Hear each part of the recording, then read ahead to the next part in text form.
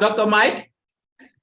So we have been together on this discussion, for like about 3 years ago, we have been discussing different issues, different topics. That's why I'm also happy to also have you. And you have, since then, migrated from different countries to another, So please let us hear from you. Thank you so much. Yeah, can you hear me? Yeah, we can hear you. Okay, yeah. So I'm going to address your two questions. The first is it worthwhile, right? And then the second is, why did I travel? Yeah, I'll first start by saying, firstly, thanks to other scholars who have contributed substantially. What I'll be doing is more of playing around what they have said and then sharing my own personal experience around these issues. Firstly, I think as human beings, we are not government properties. We are human beings that God created. Yeah, we'll live in systems whereby we have governments in which, to a certain degree, we sacrifice some of our rights to the Constitution, in which the government operates. But again, that varies across different times. So if you see a country like China, China is a communist state. If you see other states within the Middle East, these are states that are headed by monarchs. But in a democratic system, the way citizens have been treated is different from the way citizens have been treated in these other states. So Chinese citizen to migration is not a Canadian to do. But overall, as a human being, you're a God creation. You have the right to move. So migration basically is as a result of search. We need something, that's why we move to somewhere else. And I can tell you, the concept of Japa today is all about better life, right? So the foundation of the issue should be, why are people seeking that better life elsewhere? So in my own case, I think my case is quite funny because even from my undergraduate time, I left Nigeria, So, and it's mainly for education. Looking at the system in Nigeria, we just came back from 8-month strike recently, or is it 8.5-month strike and so on, If you are just an average Nigerian that, you can even send your child to, even if it is Benin Republic, because I see Nigerians even going to Benin Republic to study. You move immediately just for education. So the fundamental question is, how do we get those things that are driving people out of Nigeria in Nigeria? But the truth is that it's not always sweet at that other side. So I'm a research scientist. Most of my work is purely analysis, computational modeling, and so on. And what gives me joy in life is that I'm seeing the impact of my work. My research is applied in different places and so on. But the core of my research has been around African energy systems. Now, living in the United States, even though I'm doing research around issues here, I feel like I'm not making substantial impact. I'm not that valuable here compared to how I would have been valuable in Nigeria. So sometimes living abroad, you experience what I call disrespect. And that disrespect is as a result of where you are coming from. In quotes, it's not good. That's why the former president of the US said these countries are shitholes. Which, imagine you're an African and you're in the US and you hear this kind of thing, then look at how your counterparts will look at you in that place. So once we don't get Africa fixed, or we don't get Nigeria fixed, no matter where you are in this world, you will keep on experiencing disrespect. If you see an American and a European working together, the American don't say all the shitty comments to the European, because the European will tell you, get the fuck out of here, I'm going back to my country. But as an African, you are begging, even if it's in your gutter, let me be working there, because you want to stay back. The reason is that when you get back home, the situation might be worse than that. In fact, there was a time I was traveling to Italy and I got to this Doha airport. I was using Qatar Airways. I observed something at Doha airport. When I came in, first of all, I saw a lot of Black people in the airport. I was wondering, is it Ethiopian Airlines that I used? Then later on, I started observing properly. The Black people there were just doing the menial jobs in the airport. Cleaning the toilet, taking your bag, putting in the machine, all these stuff. There was no Equatorian in that airport doing any of that job. And I asked myself, are African leaders not using this airport? I did not think, doesn't it speak something to them? So if we want to address this Japa issue, I think we should start from the foundation of the problem. And let's be honest about some of these things. There's so much of injustice in the country, and that's what's driving people away from the country. And young people, by their nature, they don't have so much invested in the country. You know, assuming I have like 2 mansions in Nigeria, I belong to this political party, I have this affiliation, I will not have the drive to leave. But if I'm out of the university, I don't have any job, I've not achieved anything, what's keeping me? Immediately I want to leave to where I can be valued. But it is not easy out there as well. You experience all these things. And on my own part, I try to connect with a lot of Africans here. We'll see what we can do because we still want to keep that network back home. So in terms of the reasons why I've been traveling, I think only Australia is the country, the continent I've not been to in this world. It's mainly for education. I never had a plan one day that I want to Japa, like the way people just wake up and say, I want to Japa. I think it's mainly education, research, scientific meetings, conferences, and so on. Okay, it was when I wanted to do my postdoc, I even realized this real problem of Japa because my initial plan is come down to Nigeria. But when I finished, okay, where do I even want to stay in Nigeria? You know, the tools you need to work, these things were not there. Then what even irritated me the most is that my core technical skills, which I tried to implement during my internship at the Federal Ministry of Environment in Abuja, they contracted a company in UK, paid millions of naira to that company to do it. And this is something I can do myself with just a few thousands of dollars. Then you understand that the reality is that if I do that contract, some people will not get money in that process. So for me, I think we should be more honest about the conversation, address the real problem of these things, and trust me, this Japa thing will automatically drop once the foundation of the problem is addressed. Wow. This is another experience. I think you are speaking from the real Japa syndrome, what has really made it. And you have actually struck a point. A point was that when you went abroad, you actually went to acquire the skill, the knowledge, and this, and for the purpose of returning back to Nigeria. But unfortunately, you return back. You actually return back. But when you returned, you now want to fit yourself into the system. Where can I be relevant? That is a very striking point.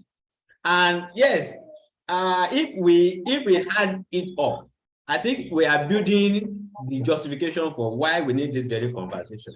And I want to also recognize another traveler who is in with us since we started this very conversation, and that is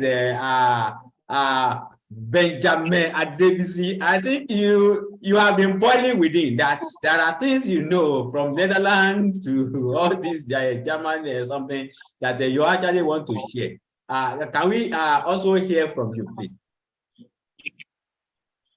Yeah, thank you very much, gentlemen. I'm very happy that I was privileged to be here. And like I said initially in the mail, I understand better. And I'm sure Dr. Idara also understands better. Most of us are Yoruba people. So, and I've related with almost everybody and the way we talk. And Shomojo Rolari. So, we are not people that believe that we have to be in an environment or in a geographical settlement before our life can be good. But how were we treated here in Nigeria? Before I stepped out of this country to Denmark, I had engaged myself in every study regarding my field of research. I had my first and second degree in Nigeria. So, but before I left this country, which was for Denmark in 2017, I had studied everything that there is in my field of research that made me globally competitive. And I was at the Brain Prize in Medefort in Denmark. Then Germany, then Portugal. Then they start inviting me from one place to the other. Then my research was more competitive. But how was I treated in Nigeria? How was I accepted in Nigeria? I was apparently not even recognized. Now, moving to those countries, I'm sorry to have repeated what Dr. Mike said. It was as if and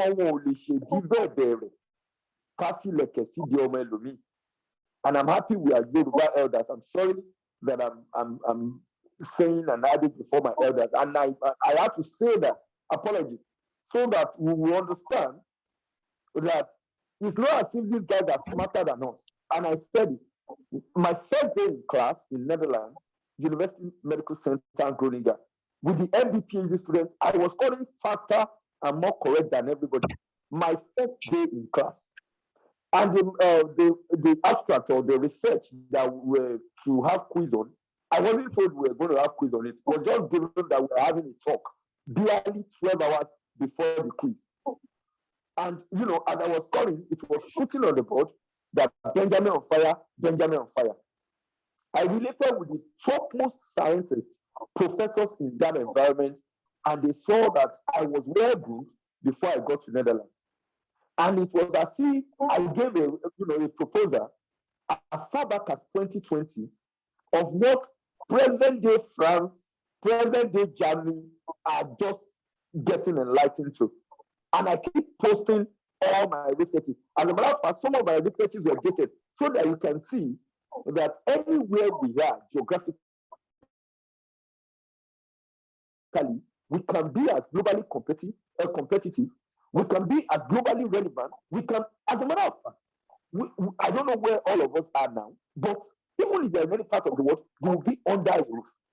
So the geographical location of an individual does not necessarily determine the success of such. And like Dr. said, we move. It's not because we are rolling now. It's not because we think life is better elsewhere. As a matter of fact, I was never comfortable with the lifestyle in Netherlands. Paying close to $1 million and staying in a bunk, in a room with a woman who is not my girlfriend, who is not my wife, but my roommate. Having to be sharing bedroom and toilet with people. While this is my apartment in Nigeria, I have 2 toilets and 2 bedrooms to myself.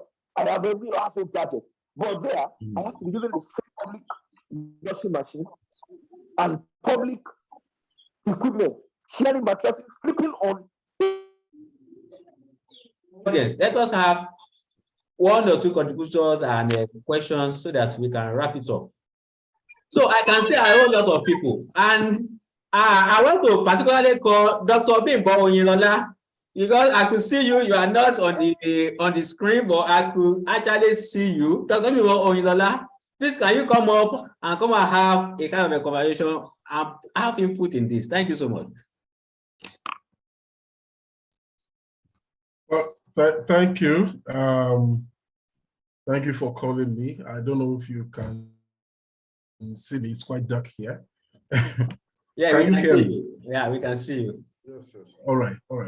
So thank you for the conversation. I've listened. I actually joined late, so I didn't hear the part where Dr. Mike spoke, but I've heard part of his interventions at some point. I listened, so I joined when Dr. Abidoye was speaking. I also listened carefully to Dr. Oedara regarding this. What I think we are dealing with is a system that has not worked for its citizens, a system that has instilled a mind of hopelessness in the citizens. And in the midst of these, citizens are alone. They are on their own, so to say, and they have to work on themselves in order to make something out of life. We have a single life, and we are trying to make the best out of it. How do you make the best? And they've seen how things run elsewhere, and that leads to the point being made by Dr. Abidoye in terms of desperation. So hopelessness of citizens actually brings this desperation. And because of desperation, we had an opening in the last 2-3 years where it now becomes easy for people to move to the UK. And those who have been on queues for Canada and the US, they just look through that route and say, okay, it's better to move through here. Before this season of desperation, we've had of this Japa thing. We've had the desperation also in the past that led to the irregular migration, where people had to go through the desert of Mali, Niger, and get trapped in Libya for years. For those who are lucky, they're able to go through the Mediterranean and cross. Of course, out of 100 people that cross, maybe 20 people will actually get to Italy, where the rest actually, get perished in the sea. For some of them who have been trapped in Libya, some of them were repatriated some years back, and you see some of them go back through that route again. The question is, why do you, knowing full well that you may actually die in the desert, you can be kidnapped, sold as slaves, they still went through that route again? Okay, so as Dr. Mike said, it seems as if those who are educated are the ones going through. Those who are not truly, education is those who are artisans go through the other routes. Okay, so we see this. So the issue of hopelessness is something that is breeding this idea. He also made mention of the appreciation of leisure, and I think I want to agree with him. For some countries, there is no policy that will go out to the public without the education sector knowing, or having their inputs. Across the ministries, you have some units in universities, attached to a particular, if it's education sector, there will be some units in a particular university attached to it. If it's economy, there will be some units in a particular university attached to it, given the example of South Africa. So they are involved in policy, policy planning, policy implementation, and so for government to just go ahead with it. For those kind of country, they recognize the input, they recognize the importance of education. But here in Nigeria, it's a totally different story. So even if you go to train yourself, go through the Nigerian system, go abroad, go through it, and you come back, you are not in any way appreciated. And that is exemplified in the way the lecturers have been treated in the last 2-3 years. They don't matter in anything, and that's why they can be treated the way they've been treated. And that's also changing, or is breeding some narrative in our Nigerian system, in the Nigerian educational system. So the commitment is no longer there as of today. So if people are doing it, they're doing it because this is who they are as individuals. But as a whole system, that commitment is dead. Okay?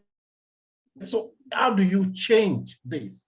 Dr. Abiyidoye has mentioned issues around, sorry to take some time, has mentioned issues around practice or private practice by doctors. There is an incentive for that. If they are truly well paid and they're well taken care of, there won't be an issue of private practice. So just, to carve something like a way forward, every leadership and the followership. Leadership, the right leadership there, will have someone who can think through some of these problems that we've highlighted here, and then come up with the right solution. Our education has to be reformed, be layered on nationalistic orientation. The education as it is not really delivering that. So we need to reform the entire education. So it won't just be incorporate one. It will be the foundation of which the education is actually right from the beginning will be towards that national orientation where people themselves believe in the country and they will know their worth as a people of the Black race. Let me just put it put it at that. Thank you so much for having me here. I appreciate it. Wow. Thank you so much. So Dr.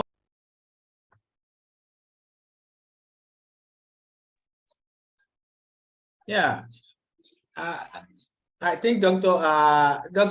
Oyinlola has really made a whole holistic review of what aspect that he is actually of an interest of, to also link it up to the education and also how the lecturer has been treated. So let me have one female. Any female in the house, can we have you? I can see Anisat, I can see Latifat, I can see Moibat, who is female, who can come up to also make a comment so that, yeah. Yes, I think Moibat has come up. You can unmute yourself so that it won't be like it is only male affairs. Maybe there are issues around the feminine gender that is related to Japa, we don't know. Because I could see, I think I have a notion that some people even prefer to have their bath or to put to bed abroad. I don't know the reason why. The person could not get to us. So last comment, then we make it a wrap. Actually, we are going to make the second episode to be people that are actually living abroad. You know, the experience we are sharing now is that people that are not interested in staying abroad, but they have been there. They know what has caused and how the experience looks like. But people are actually based living abroad. So we are going to take their set as well to also look at this very particular topic. How are they seeing it, and what are the things that they feel like? And I think from Dr. Mike's opinion, I think we are going to have a variant or variety of perspective from that. So, I joined late. I just want to ask. I just learned about this platform, so I want to ask if there is any mentorship for young researcher like me, a female young researcher. I'm just coming up, so I would like to be part of, to know from, maybe there is any mentorship program for us. That's just my question, sir. Yeah, sure. We will look at those aspects as well after we are finished with this very one. So you can be looking forward to that. Of course, everybody that we have invited have one experience or the other to share on how you can take opportunities. But if we open up that ground alone, we cannot finish it tomorrow. But we just want to address this very Japa of a thing so that we can have some perspective and what to work with. I think that is what we are trying to look at. So be looking forward to that. So we will do something about it to actually educate people about the opportunities to be taken overseas. I hope that is fine. The procedures, what you should do and how you should go about it. Recording in progress. Part of it should be how you can access embassy services in each country, maybe online. So the app, maybe government should have an app containing all the embassies and the services you can, okay, maybe let's say I'm going to Togo now. So from the app, which I've been introduced to, I can contact the embassy in Togo to register my planned travel. And they can reply me to tell me what to expect or what I should be prepared for. But Mr. Debisi, I want us to address the issue of Japa in detail, because the Japa you are talking nowadays is from multi-dimension. Like Dr. Mike said, the case of Dr. Mike was a case of Japa for maybe economic opportunity. You finish possibly in Nigeria, you didn't really have any job in Nigeria, if I understand, and you try to see. There is no place in the world where that cannot happen. If you don't have any job in Nigeria, it's not possible. Will you now be living in hunger because you want to be a patriotic citizen? Are you getting the point? There is another case of security. When I was away in Nigeria, when I was away from Nigeria last year, I was reluctant to come back home because whenever I read the story about kidnapping, it's like making an animal of human being. a situation whereby they kidnap wife, children, and everything, take them to one bush. Some died, some did die. You understand? It became a kind of random living. So, but there is another case of desperation in Japa. There is an aspect of desperation, there is an aspect of greed, and there is an aspect of opportunity, genuine opportunity. Now, let me take the aspect of desperation. You can see somebody who is having a well-paying job in Nigeria, a highly well-paying job. He still believes that there is a better job somewhere else. And you know what? Let's take the case of medical doctors now. We're having them living in drove from Nigeria. Many hospitals are becoming empty now. More than 100 doctors are leaving every month. The point I'm making now is this: it's not healthy for our country. It's not healthy. Even there was even a time when UK government also raised the alarm that they will stop it because they know the implication on the system. Now, it's a case of people who are having the jobs, who are being paid, but they still believe that it's better out there.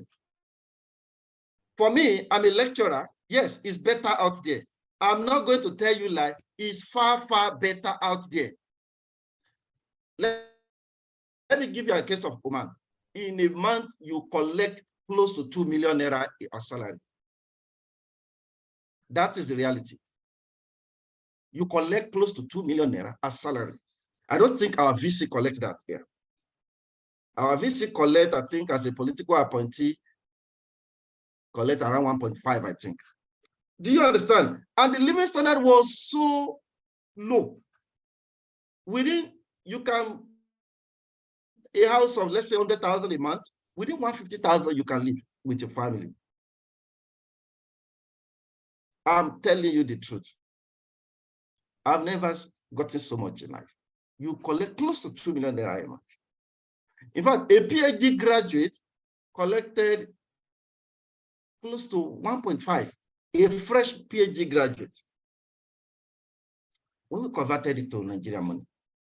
So what I'm saying is, in essence, is this. When I left Oman during the last festival, I didn't even tell them that I'm coming back. It was when I got home that I now sent email that I won't come back. They were like begging that, look, they sent somebody that talked to him. I said, look, the fact is that I can't leave family. I'm finding it difficult to leave family. I have an aged mother. It's difficult for me. So I will rather manage whatever I have in Nigeria with whatever I've raised to take care of the family and so on. Even my child, my 8-year-old child was almost crying that, Daddy, I'm going to leave all this. I think I told you once. I said, look, this is not my country. You can travel here in the future by yourself.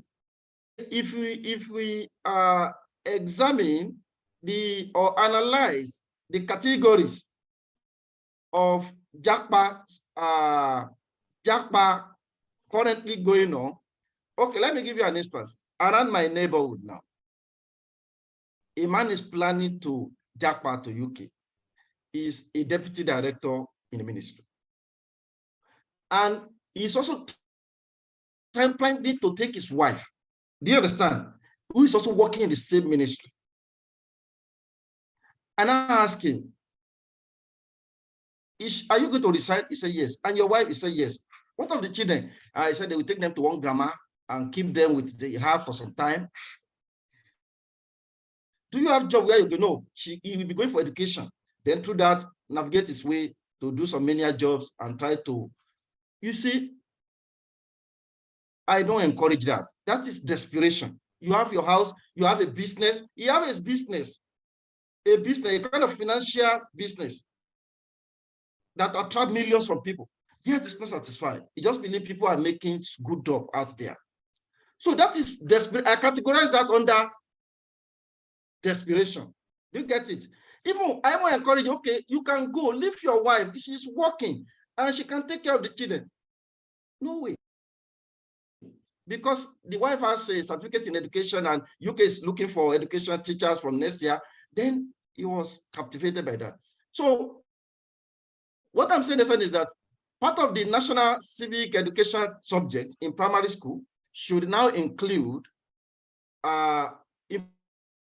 information about countries, what is happening there, how you can visit, education you can look for, opportunities you can look for. Then it should also include that you have responsibility back home as well. When I came from Oman in July, you know what?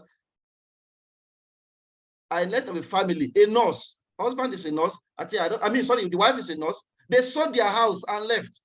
I said, why? They sold their house and left. I said, why? You can leave the house.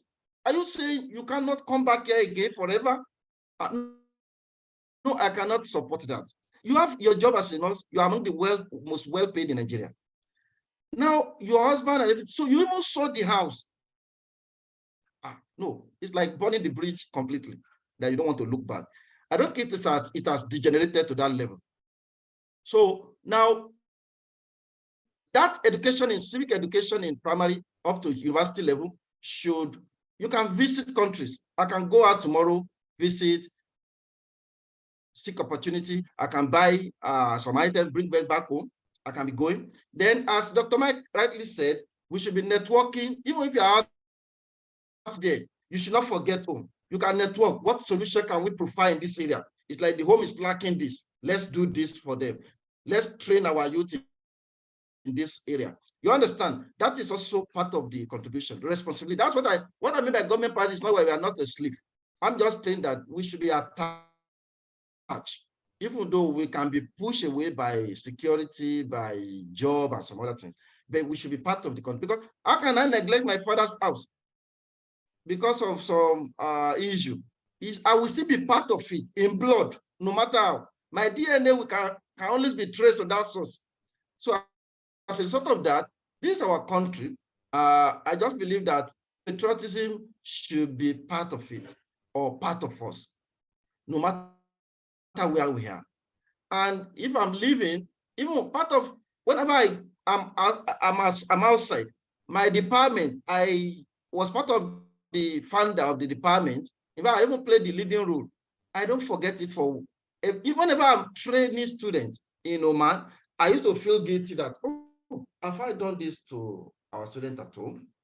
If I have to send letter to a mail to the HOD, please tell all of them to register on ASCHE and get training this and get certified. I'm happy when I return, some of them have become certified. So what I'm saying simply is that part of the civic education subject in primary, secondary, and GNS now should include the aspect of traveling and countries in the neighborhood, how to access embassy services, why you should take opportunity, why you should bring your experience to Nigeria, and so on, using those opportunities to benefit your background. So thank you. Wow. Thank you so much. And yes, I have seen that Dr. Mike is actually ginger to actually talk. But honestly, that is part of what I felt. That, you see, at times I used to say that people in government need information.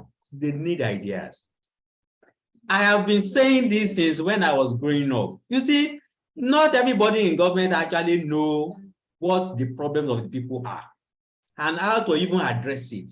If by now we are still importing food from other countries, while we have the land and the resources, then definitely something is wrong. If people are going outside the country and like Dr. Mike said, that, and they are witnessing their people working menial job in an airport where they are passing by and nothing came to their senses, something is wrong. When the whole hospital is recognized as globally reputable and people are living there professionally and nobody is talking about it, something is wrong. Something is wrong. Which means that maybe somebody doesn't know what implication of these things are. And if nobody is discussing it, one day will come when everybody will just evacuate from this very country and the country will have nobody. That is very possible. The only barrier is that we don't have the large career that can carry people, and we don't have the country that are willing to accept everybody.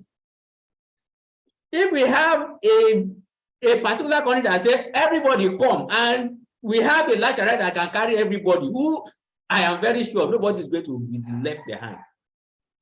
So that is the reason why this very conversation is getting the attention. And I really appreciate what has been discussed so far.